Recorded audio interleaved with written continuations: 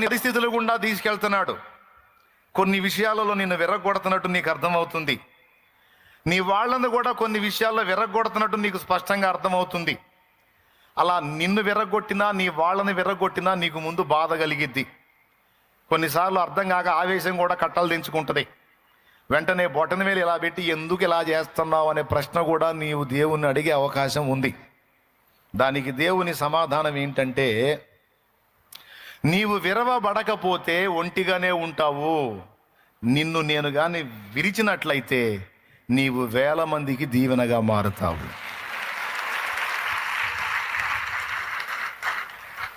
అందుకే నేను నిన్ను విరగొట్టడానికి పూనుకున్నా. ఏమన్నా అభ్యంతరమా? అభ్యంతరం అయితే చెప్పు, వదిలేస్తా. అప్పుడు ఒంటిగానే ఉంటావు. లేదు లేదు, నేను అనేకులకు ఆశీర్వాదంగా ఉండాలి. నువ్వేమడుగుతున్నావు అంటే, నన్ను ఆశీర్వదించు, ఇతరులకు ఆశీర్వాద కారణంగా చెయ్యి అని అడుగుతున్నావు. తప్పనిసరిగా అలా చేస్తా. మరి ఇతరులకు నువ్వు ఆశీర్వాద కారణంగా ఉండాలి అంటే నా చేతిలో నిన్ను విరవక తప్పదు. విరవని రొట్టె ఒక్కటే, విరిగిన రొట్టె 1000 మందికి ఆహారం.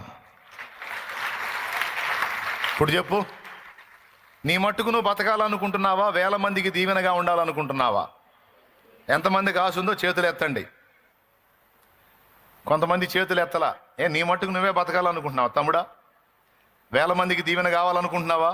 నీ వల్ల అనేక మంది ఆశీర్వదించబడాలనుకుంటున్నావా? పెద్దగా చెప్పండి. డౌట్ లేదుగా? నిజంగా ఆశ నీకుందా? రైట్, దించో. అలాంటి హృదయవాంఛ నీకుంటే, అలాంటి ఆశ నీకుంటే తప్పకుండా నా దేవుడు ఆశ తీరుస్తాడు. ఆ ఆశ తీర్చుటలో భాగమే నిన్ను విరగగొట్టే ప్రక్రియ. చాలా విషయాలలో మనం విరవబడాల్సి ఉంది. ఎందులో విరవబడాల్సి ఉంది, ఏ విషయాల్లో విరవబడాల్సి ఉందో మనకు కూడా అర్థం కాదు, కానీ ఆయనకు బాగా తెలుసు. ఎందుకంటే ఆయన అగ్ని వంటి నేత్రాలతో మన హృదయ స్థితిని గమనిస్తాడు. మన దగ్గర మైనస్లేంటో ప్లస్లేంటో మొత్తం చూస్తాడు. ఎక్కడెక్కడ ఎగస్టాలు ఉన్నాయో, ఎక్కడ విరగొట్టాల్సి ఉందో బాగా పరిశీలన చేసి సరైన రీతిలోనే ఓ పద్ధతి ప్రకారం విరగొడుతుంటాడు. ఆ విరగొట్టినప్పుడు ఎవరికైనా హాయిగా ఉంటుందా, బాధ కలిగిద్దా? పెద్దగా చెప్పండి. ఖచ్చితంగా బాధ కలిగిద్ది. అయినా సరే ఈ విరగొట్టబడటం అనేది ఆశీర్వాదకరమైన విరగొట్టబడటం. ఇది అనేకులకు దీవెనకరంగా నిన్ను మార్చడానికి దేవుడు పూనుకున్న కార్యం. నువ్వు నీ గుండెల్లో ఆశించావు కదా. ఇప్పుడు నేను కూడా సేవలోకి రాకముందు తెగ అడిగేవాడిని, మోకాళ్ళు వేసి, దేవా నన్ను ఆశీర్వదించు, ఇతరులకు కూడా నన్ను ఆశీర్వాద కారణంగా చేయని. ఎందుకంటే ప్రసంగాలు విని ఇలాంటి ప్రార్థన చేసేవాడిని మోకాళ్ళు వేసి. దేవునికి స్తోత్రం. నేనొక్కడిని నా కోసం బతికితే ఆ బతికి అర్థమే ఉంది ప్రభువా. 1000 మందికి దీవెనకరంగా బతకాలి ప్రభువా. కనీసం 10 మందికి ప్రయోజనకరంగా బతకపోతే ఆ బ్రతుకి అర్థం ఏంటి, పరమార్థం ఏంటి? కనీసం 10 మందికి ప్రయోజనకరం కాని బ్రతుకు బ్రతికేనా? నన్ను 10 మందికి ప్రయోజనకరంగా చేయి తండ్రి అని గట్టిగా ప్రార్థన చేయటం మొదలుపెట్టిన దగ్గర నుంచి గట్టిగా అగచాట్లు స్టార్ట్ అయినాయి. What is this? వంకాయ పులుసు అనలే. దేవునికి స్తోత్రం. నేను ఒకటి అడుగుతుంటే ఇంకొకటి జరుగుతుంది. ఏంది? ఏ స్థితికి వెళ్ళిపోయానంటే, నన్ను ఆశీర్వదించు, 10 మందికి ప్రయోజనకరంగా నన్ను మార్చు, నన్ను ఆశీర్వదించు, నన్ను దీవించని అడిగే కొద్దీ నలుగుడు ఎక్కువైంది, విరుగుడు ఎక్కువైంది. చివరికి ఏ పరిస్థితి వచ్చిందంటే, నాలాంటోడు ఒకటి బతకడం అవసరం అంటావా అన్న విరక్తిలోకి వెళ్ళిపోయా.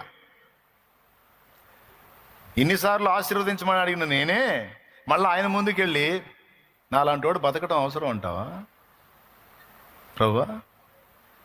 నా అంతటి నేను చేస్తే నరకానికి పోతా, నన్ను నువ్వు తీసుకోవచ్చుగా. ఈ ఇబ్బందికరమైన కొలిమిలో నేను ఎంతకాలం మనుగడ సాగించగలను? నా వల్ల కాదు, నన్ను తీసుకోవచ్చుగా అని ఎట్లా ప్రశ్న వేశా. అంతకుముందు నేను చేసిన ప్రార్థనలు ఏంది? నన్ను దీవించు, 10 మందికి ప్రయోజనకరంగా చెయ్యని. ఆ ప్రార్థనలు చేయటం మొదలుపెట్టిన తర్వాత ఏ స్థితి వచ్చింది నాకు? ఈ ధర్మ సందేహాలు మీకు కూడా ఉంటాయి, అందుకని చెబుతున్నాను నేను. నాకు అదే డౌట్ అన్నయ్య, నేను అలా ప్రార్థన చేసిన కాడి నుంచి అన్ని విధాలు విరిగిపోయాను అన్నయ్య, అగసాట్లు ఎక్కువైపోయినాయి అన్నయ్య. అదే కారణం చెప్తున్నా. దేవుణ్ణి నేను అడిగి వినబడలేదా? ఏంది ఇలాగ అప్పచెప్పాడేంది? నన్ను శ్రమ కొలిమికి, ఇబ్బంది కొలిమికి అప్పచెప్పాడేంది? లేమికి, దరిద్రతకి అప్పచెప్పాడేంది? వేదనకు అప్పచెప్పాడేంది? నిందకు అప్పచెప్పాడేంది? అవమానానికి అప్పచెప్పాడేంది? బాధకు అప్పచెప్పాడేంది? శోధనకు అప్పచెప్పాడేంది? కన్నీళ్ళకి అప్పచెప్పాడేంది అనుకున్నా. మొత్తుకుంటున్నా కుయ్యో కుయ్యో అని. ఆయన ఏం మాట్లాడట్లా. మౌనంగా డిఫరెంట్ టైపుల్లో ఆయన పని ఆయన చేసుకుంటూ వెళ్తున్నాడు. స్తోత్రం. అలా ఎందుకు చేశాడో, ఆనాడు అలా ఎందుకు స్పందించాడో, అలా ఎందుకు ప్రవర్తించాడో ఈనాడు అర్థమవుతుంది, ఆనాడు అర్థం కాల. నిన్ను ఎర్రగొట్టమన్నానా, ఆశీర్వాదకరంగా మార్చమన్నానా? ఏం చేస్తున్నావు అయ్యా నువ్వు? 10 మందికి దీవెనకరంగా మార్చమన్నాను కానీ నన్ను పట్టుకొని ఎర్రగొట్టమన్నానా? ఆయన చెప్పే మాట ఏంటంటే, అరే ఇది జరగకపోతే అది జరగదురా అంటాడు. ఇది జరగకపోతే అది జరగదు బేట. 10 మందికి నువ్వు ప్రయోజనకారిగా కావాలంటే కొన్ని విషయాలలో నువ్వు విరవబడాలి బిడ్డ అంటాడు ఆయన. అర్థమయ్యేటట్టు చేశాడు. తర్వాత ఇప్పుడు మీ మనసుకు మీకేమనిపిస్తుంది అంటే, శాలేమన్న లైఫ్ ధన్యం కదా అనిపిస్తుంది. అబ్బా ఏం జీవితం!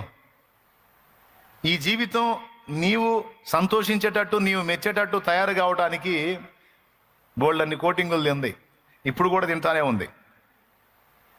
ఇప్పుడు కూడా కోటింగ్ పడతానే ఉంది. ఈ కోటింగ్ ఎందుకంటే ఇంకా అత్యధికమైనటువంటి ఆశీర్వాదంలోకి తీసుకెళ్ళడానికి.